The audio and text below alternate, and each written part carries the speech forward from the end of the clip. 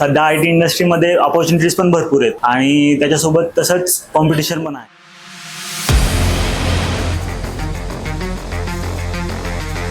मला एवढंच म्हणजे सांगायचा प्रयत्न करेन मी, थोडेसे पेशन्स असले पाहिजे आणि एक प्रयत्न आपला चालू ठेवला पाहिजे सतत. म्हणजे असे पर्टिक्युलर स्किलमध्ये तुम्ही एखाद्या मास्टर असाल तर वेल अँड गुड, पण असं नाही की तुम्हाला फक्त एकच स्किल येते म्हणून जमते. मी ओव्हरऑल असं म्हणजे जॅक ऑफ ऑल म्हणतो ना आपण, थोडंसं पाहिजे, सगळं जमलं पाहिजे इंटरमिडिएट लेवलपर्यंत तरी. किंवा आता ॲज ऑफ नाव तुम्ही फुल स्टॅक डेव्हलपमेंटचा कोर्स करता, असं नाही की तुम्ही फुल स्टॅक डेव्हलपमेंट केलं म्हणजे डायरेक्ट हायस्ट पोझिशनला जा. त्याच्यामध्ये तुम्ही ॲज अ फ्रंट एंड पण लागू शकता, बॅक एंड पण लागू शकता.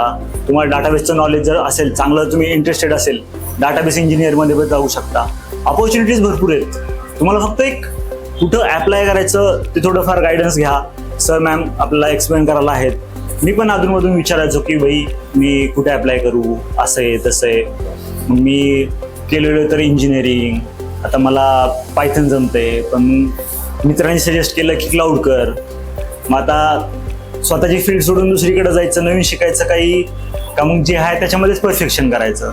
मग हा पण कधी कधी आपल्याकडे म्हणजे एक डाऊट असतो की भाई जे आहे हातातलं आता तेच कम्प्लीट करू का काही नवीन बघू.